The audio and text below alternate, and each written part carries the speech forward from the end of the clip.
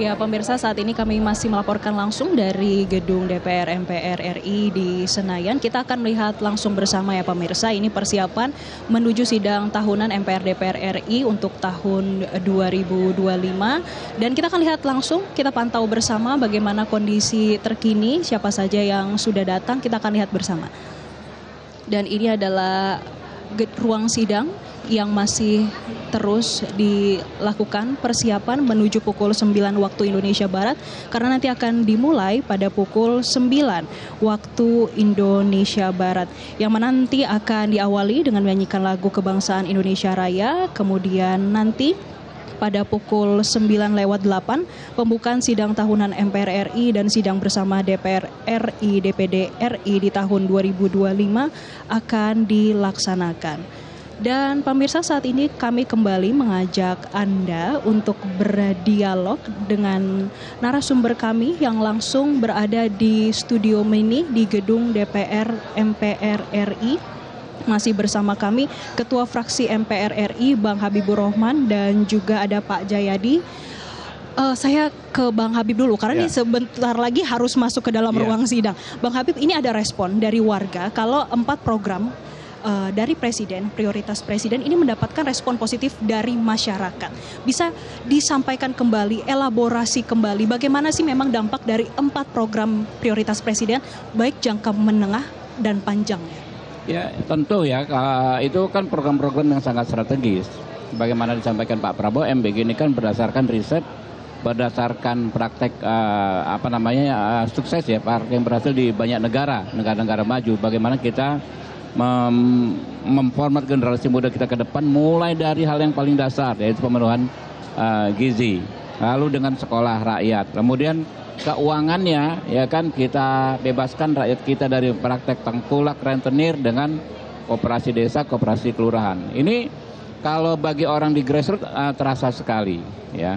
Saya pernah di bawah sana, pernah orang seperti itu dari kecil makan ya kita seadanya ya. Lalu waktu ketika kakak saya, adik saya ingin jadi entrepreneur zaman itu, setengah mati bos. Kita pinjam 50 juta, bayarnya itu bisa 120 juta. Ke bank loh, pada bank pemerintah. Udah kayak lintah darat lah istilahnya waktu itu ya.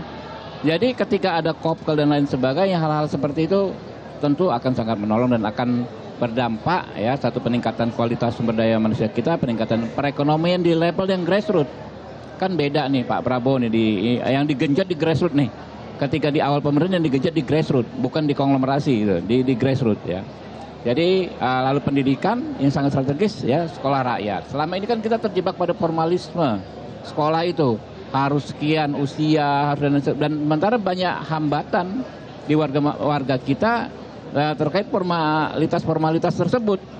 Akhirnya banyak anak masih 13 tahun, 14 tahun nggak sekolah karena waktu mau masuk SD ketuaan misalnya dan lain sebagainya. Nah, walaupun karena ini kalau disebut secara teori ini program populer. Populer itu melibatkan masyarakat banyak. Pastilah banyak kesulitan-kesulitan ya. Seperti saya barusan ngobrol dengan Bang Jayadi, MBG misalnya. Ini banyak orang di dapil saya Jakarta Timur semangat mau bikin dapur, tapi titiknya udah penuh semua. Loh, belum titiknya, titik yang diajukan ke BGN sudah penuh semua. Nah, padahal kan belum dibangun. Nah, perlu waktu kalau nggak salah berapa bulan. Kalau titik itu nggak dikerjakan, baru bisa pakai yang baru.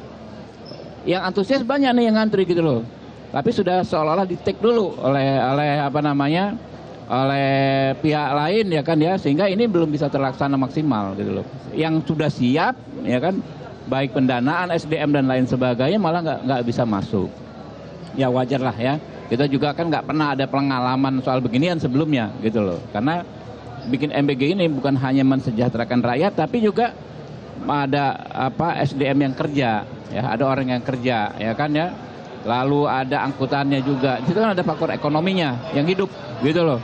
Juga ada spare keuntungan juga loh Pak kepada yayasan tersebut penyelenggara. Kalau nggak salah 2000 berapa memang secara resmi dikatakan ada untuk menghidupi yayasan tersebut pelaksana itu.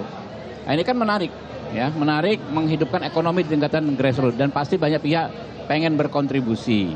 Masalahnya BGN juga kan harus memverifikasi nih orang yang mengajukan dapur-dapur tersebut qualified nggak, gitu kan ya, memenuhi syarat nggak. Jadi dia sudah aplikasi ke satu titik dekat sekolah tertentu, ternyata nggak dikerjakan. Ya, nah ini yang memang terus menjadi koreksi bagi kita. Oke, ada pertumbuhan yang berkelanjutan dan juga inklusivitas, tapi tentunya nanti kita akan sama-sama menunggu bagaimana pidato perdana dari Presiden Prabowo Subianto. Bang Habib, terima kasih banyak sudah bergabung bersama kami di Metro TV. Selamat mengikuti sidang tahunan, Bang. Ya, kami persilakan Bang Habib untuk memasuki ruang sidang tahunan dan kami akan melanjutkan bersama Pak Jayadi. Pak, tadi sudah disebutkan, itu memang ada yang direspon positif, terutama dari masyarakat grassroots. Tadi sudah disampaikan, tapi kalau menurut Bapak, sepenglihatan Bapak, evaluasinya seperti apa Pak untuk 4 program yang diprioritaskan? Betul, pertama program 4 itu, mengapa dia direspon positif oleh masyarakat? Karena memang dia berkaitan langsung dengan kehidupan sehari-hari masyarakat. Ya, soal makan, MBG ya, lalu soal sekolah rakyat, sekolah orang-orang yang kurang mampu, kemudian soal lumbung pangan, kemudian soal kartu sejahtera, ya. Itu semua positif karena kalau bahasa Bang Habib tadi, ini program populis.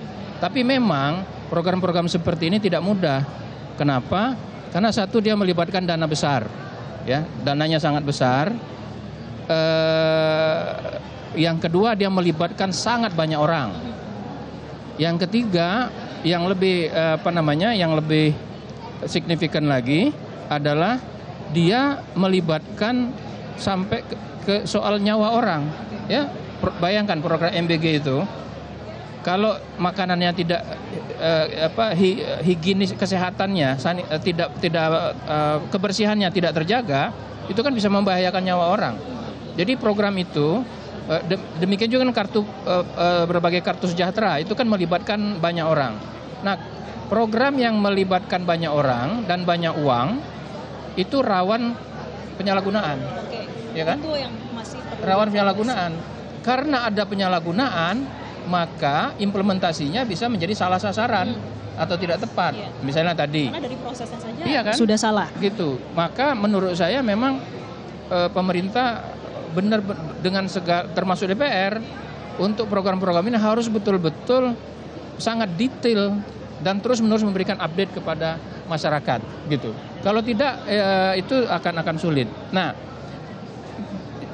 program-program ini memang direspon positif oleh masyarakat, ya. Tapi yang namanya program kan tidak statis. Betul, sekarang ini katakanlah sampai dengan Desember 2025 masyarakat masih positif tuh terhadap 4 program itu. Tapi kalau masyarakat melihat ada banyak masalah, ya, maka yang tadinya direspon positif itu akan berubah menjadi negatif, ya. Karena program yang baik, jadi respon positif masyarakat terhadap 4 program ini itu pada saat ini lebih karena itu adanya harapan dari masyarakat, ada harapan. Nah, oke lah, sampai dengan akhir tahun ini masyarakat masih memberi kesempatan. Ya oke, belum terlaksana dengan baik karena masih persiapan, ya, masih perlu penyiapan dana, perlu penyiapan tenaga, tempat, infrastruktur dan sebagainya. Tapi begitu memasuki tahun kedua, kalau masalah-masalah di tahun pertama ini tetap berjalan, tetap ada seperti yang saya bilang, maka itu akan memunculkan kekecewaan. Ya, orang yang punya harapan besar, kalau dia kecewanya juga lebih parah loh. Nah, kalau dia kecewa lebih parah, nah itu akan membuat legitimasi politik, ya, evaluasi positif dari masyarakat kepada pemerintahan menjadi berubah negatif, gitu.